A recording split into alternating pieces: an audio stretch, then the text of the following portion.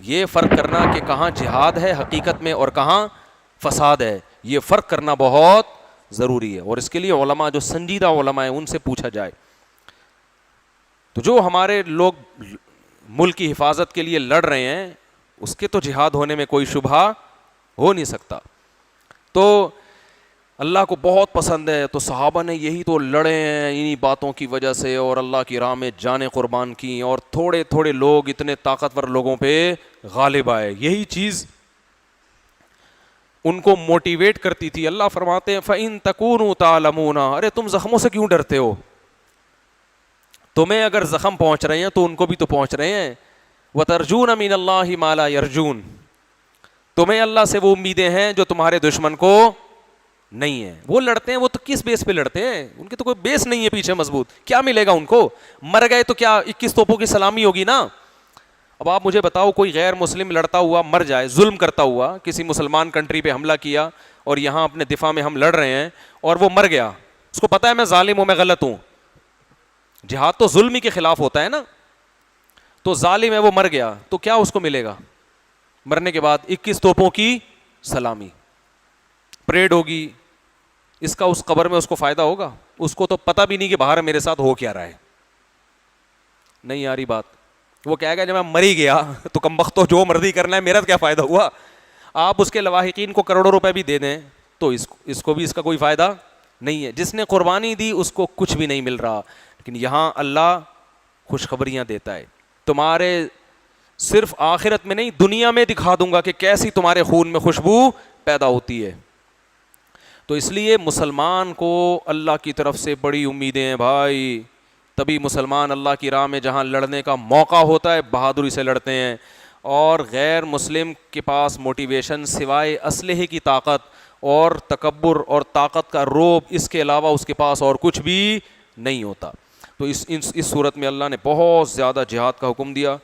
جہاد کا حکم سے مراد یہ کہ جو منافقین جہاد نہیں کرتے تھے اور جان بچا کے بھاگتے تھے ان کو وعیدیں سنائی ہیں، اور صحابہ کرام کو موٹیویٹ کیا کہ اللہ کی راہ میں لڑو، کیونکہ بہت حملے ہو رہے تھے اس وقت، غزوہ احد، غزوہ خندق، غزوہ بدر. تو صحابہ اگر نہ لڑتے تو اسلام دنیا سے ختم ہو جاتا.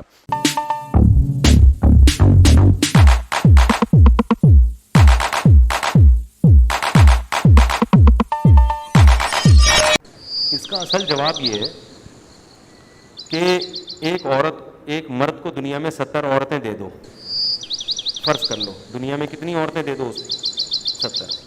اور ایک عورت کو 70 آدمی دے کے تو دیکھو آپ، اس کا بیڑا غرق نہ ہو جائے میرا نام بولو بدل دینا. یقین نہ آئے ایک مرغے پہ 10 مرغیاں ڈڑبے میں رکھو آپ، مرغا سارا دن لوفری کے علاوہ اس کا کوئی کام نہیں ہوگا. لیکن الٹا کر کے دیکھو ذرا آپ اس معاملے کو، ایک مرغی ہو اور ڈڑبے میں 10 مرغے، صبح جنازہ اٹھے گا اس مرغی کا، جنازہ اٹھے گا. یہ نیچر کے خلاف بات کرتے ہیں. تو مولانا صاحب کو چاہیے تھا اس خاتون سے کہتے کہ انشاءاللہ آپ کو بھی جنت میں 72 مرد ملیں گے انشاءاللہ. ہمیں اللہ کی رحمت سے امید ہے کہ جس قسم کی حرکتیں اور باتیں آپ کر رہی ہو اللہ آپ کو جنت میں لے جا کے 72 آدمی آپ کو دے دے گا.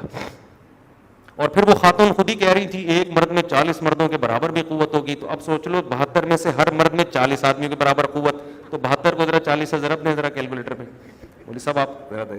تو وہ 72 آدمی 2880 آدمیوں کے برابر ہو گئے کہ نہیں ہو گئے؟ اب سوچو ایک عورت کو اگر 2880 آدمی بطور ہسبینڈ کے دے دیے جائیں، وہ عورت کہے گی اللہ جہنم میں بھیج دیتا یہ زیادہ اچھا تھا. کیا خیال ہے؟ یہ کامن سینس کے اسلام دین فطرت ہے، نیچر کی بات کرتا ہے. تو مرد کے لیے زیادہ بیویاں ہونا یہ نیچر ہے مرد کی، یہ اس کے لیے فخر کی بات ہے. عورت کے لیے ایک سے زیادہ مرد ہونا فخر کی بات نہیں ہے. یہ ضرور ہے اس کا ایک آدمی ڈھنگ کا ہو، صحت اچھی ہو، ہینڈسم ہو، اسمارٹ ہو، خوبصورت ہو، وفادار ہو. اس کے لیے فخر اس میں نہیں کہ میرے 2 میاں ہیں، اس کے لیے فخر ہے کہ میرا میاں یہ ہے، دیکھو کتنا اچھا ہے، اور یہ تمہارا والا دیکھو کیسا ہے. اس کے لیے فخر ہے کہ ایک ہو لیکن ہو کیسا. تو اس لیے ہم خواتین سے کہتے ہیں کہ یہ والا میاں آپ کو ملے گا. اب وہ اس پہ کہتی یہ والا، کہتے ہیں ریپیئرنگ ہوگی، اس میں جتنے مینوفیکچرنگ فالٹ ہیں, حالانکہ مینوفیکچرنگ فالٹ دور, کمپنی کہتی ہے, جو میکینک ہے نا وہ کیا کہتا ہے, بھائی یہ تو مینوفیکچرنگ فالٹ ہے, یہ تو میں ٹھیک کر ہی نہیں سکتا, لیکن اللہ اس کے سارے فالٹ کو دور کرے گا, ریپیئرنگ ہوگی, اس کے بعد یہ جائے گا جنت میں. تو یہ نیچر کے خلاف ہے کہ عورت ایک سے زیادہ مرد, اور اگر کسی عورت کو شوق ہے ایک سے زیادہ مردوں کا, بھائی وہ جنتی ہو نہیں سکتی. غزوہ ہند کا بھی کوئی تذکرہ ملتا ہے. دیکھیں غزوہ ہند کے بارے میں حدیث ہے کہ نبی صلی اللہ علیہ وسلم نے فرمایا عصابتان من امتی احرزہم اللہ من النار, میری امت کے دو گروہ ایسے ہیں جن کو اللہ جہنم کی آگ سے بچائے گا. عصابۃ تغزو الہند وعصابۃ تکون مع عیسی ابن مریم, ایک وہ جماعت جو ہندوستان پہ حملہ کرے گی اور ایک وہ جماعت جو حضرت عیسیٰ کے ساتھ مل کے لڑائی کرے گی. اس سے بھی پتہ چلتا ہے حضرت عیسیٰ نے آنا ہے, اور غامدی صاحب جو کہتے ہیں کہ نہیں آنا, ان کا نظریہ غلط ہے.